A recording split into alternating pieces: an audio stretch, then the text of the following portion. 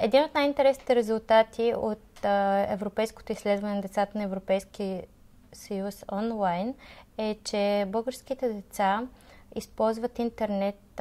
много по-често без контрол на техните родители в сравнение с техните европейски връстници. Това представлява сериозно предизвикателство за учителите, родителите и професионалистите, които трябва да отговорят на техните потребности, тъй като българските деца са и на едно от челните места по отношение на неща, които правят в интернет, както и на рискове, с които се сблъскват.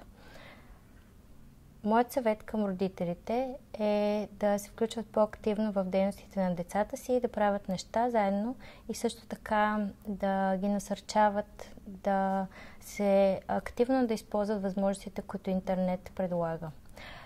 Основна препоръка в резултат на